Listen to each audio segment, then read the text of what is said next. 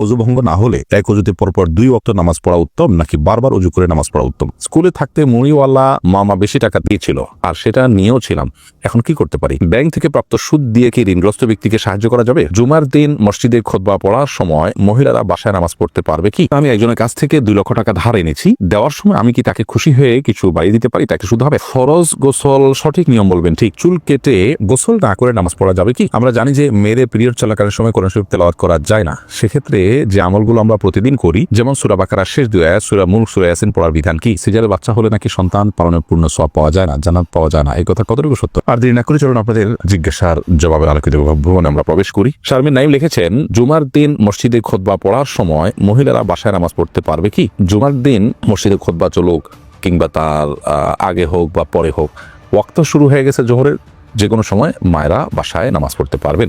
খুতবার সময় নামাজ পড়া যাবে না মহিলার জন্য বাসায়, এমন কোনো কথা নেই। হ্যাঁ, খুতবার সময় মসজিদে যারা আছেন তারা খুতবার সময় তারা নামাজ পড়বেন না, কিন্তু বাসা বাড়িতে আছেন, মাইকে হয়তো শোনা যাচ্ছে, তাদের জন্য খুতবা শোনা ওয়াজিব নয়, কারণ তারা এই জমাতে শামিল হননি, যার কারণে তারা এরপর নামাজ পড়তে পারবেন।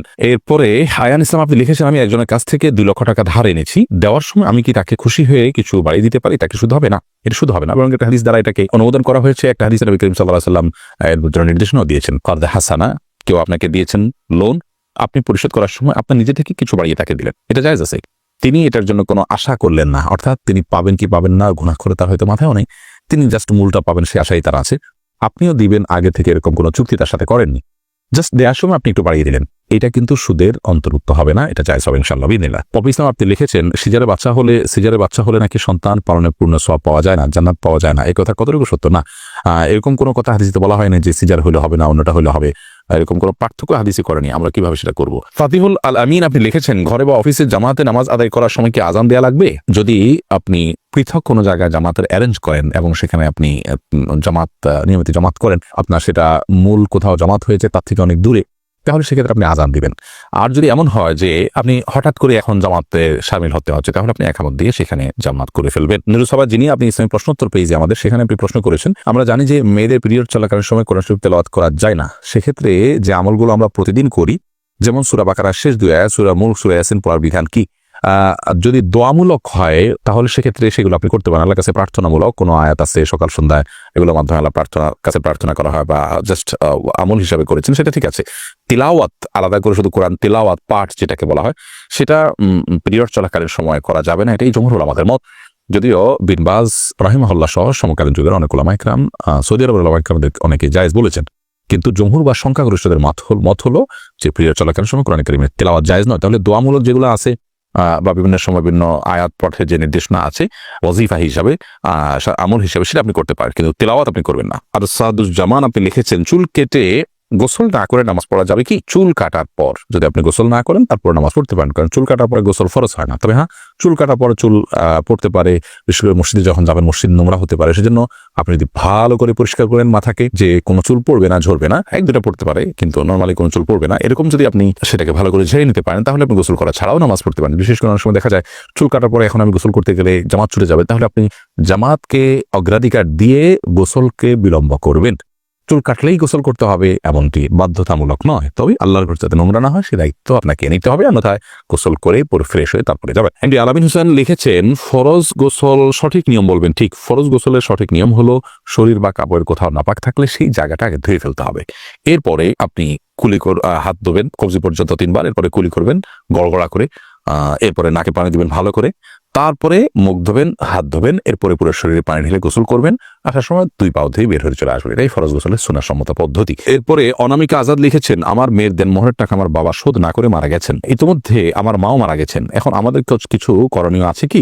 আপনার মায়ের দেনমোহরের টাকা আপনার বাবা পরিশোধ করা ছাড়া মারা গেছে, আপনার বাবা তরফ থেকে আপনার মায়ের সব পৌঁছানোর জন্য, মানে আপনার বাবা আপনার মার পক্ষে দান করলে যেরকম হতো, আপনার বাবার পক্ষ থেকে দান করবেন আপনার মায়ের জন্য, এটা আপনার করতে পারেন এবং ইস্তেগফার করবেন আল্লাহর কাছে তার জন্য। প্রিন্স ক্যান্ডেলা আপনি আপনার আরেকটা প্রশ্ন দেখতে পাচ্ছেন, নিজের ফেসবুক প্রোফাইল যদি নিজের নাম প্রকাশ না করে অন্য কারোর নামে খোলা হয় তাহলে গুনাহ হবে কিনা? এটা ছদ্মনাম হতে পারে, ভালো কোনো ছদ্মনাম, কিন্তু আপনি প্রতারণামূলক যাতে অন্য কেউ ধরতে না পারে বা ভিন্ন, যেমন পুরুষরা মেয়েরা পুরুষদের নামে অনেক সময় আইডি খোলে বিভিন্ন অসৎ উদ্দেশ্যে, সেটা যদি হয় তাহলে গুনাহ হবে। এমনি মনিরুজ্জামান আপনি লিখেছেন, ব্যাংক থেকে প্রাপ্ত সুদ দিয়ে কি ঋণগ্রস্ত ব্যক্তিকে সাহায্য করা যাবে? ব্যাংক থেকে প্রাপ্ত সুদ নিজে না নিয়ে অপরকে সাহায্য করব এমন উদ্দেশ্যে কি সুদী ব্যাংকে টাকা রাখা যাবে?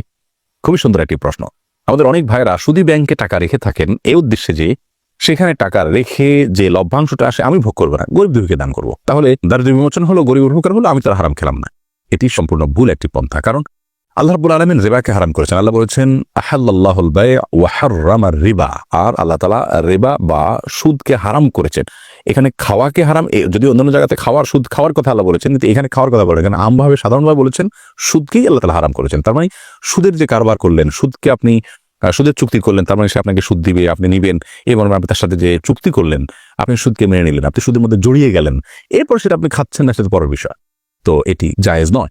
যদি ব্যাপারটা এরকম হতো যে আপনি আগে জড়িয়ে গেছেন, এখন বের হয়ে আসার জন্য আপনাকে সময় নিতে হচ্ছে, আগে থেকে চুক্তি ছিল, সেই অনুযায়ী আপনার কাছে ইন্টারেস্ট চলে আসছে, সুদ চলে আসছে, এখন সেটা কি করবেন?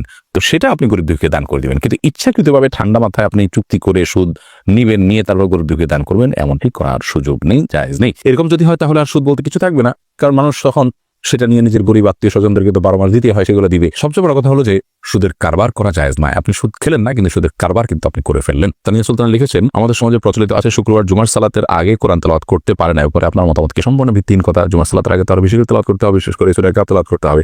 বিধায় জুমার সালাতের আগে কেউ চাইলে তেলাওয়াত করতে পারেন। নয়নতারা সরকার এআরি থেকে আপনি আমাদের ইসলামী প্রশ্নোত্তর পেজে প্রশ্ন করে লিখেছেন, স্কুলে থাকতে মুড়িওয়ালা মামা বেশি টাকা দিয়েছিল আর সেটা নিয়েও ছিলাম, এখন কি করতে পারি? মুড়িওয়ালা মামাকে যদি খুঁজে পান ফেরত দিবেন, আর খুঁজে না পাইলে মামার পক্ষ থেকে আপনি দান করে দিবেন, যে আল্লাহ এই টাকার সবটা সেই মুড়িওয়ালা মামার আমলনামা আপনি পৌঁছে দিন। অজু ভঙ্গ না হলে এক অজুতে পরপর 2 ওয়াক্ত নামাজ পড়া উত্তম নাকি বারবার অজু করে নামাজ পড়া উত্তম? বিশেষত শীতকালে প্রশ্নের প্রাসঙ্গিকতা বেশি। খুবই সুন্দর প্রশ্ন। অজু প্রত্যেক ফরজ সালাতের জন্য আলাদা আলাদা করে করাটা অধিকতর উত্তম এবং সুন্নাহ। কারণ নবী করিম সাল্লাল্লাহু আলাইহি ওয়াসাল্লাম সাধারণত প্রত্যেক ওয়াক্তের জন্য আলাদা আলাদা করে ওযু করতেন, এবং ওই ওয়াক্ত সালাতের জন্য আপনার আন্তরিকতা, আপনার বিশেষ মনোযোগ, আপনার বিশেষ প্রস্তুতি আছে, এই বিষয়টিকে প্রমাণ করবে আপনার পৃথকভাবে এর জন্য ওযু করে প্রস্তুতি গ্রহণ করার মাধ্যমে।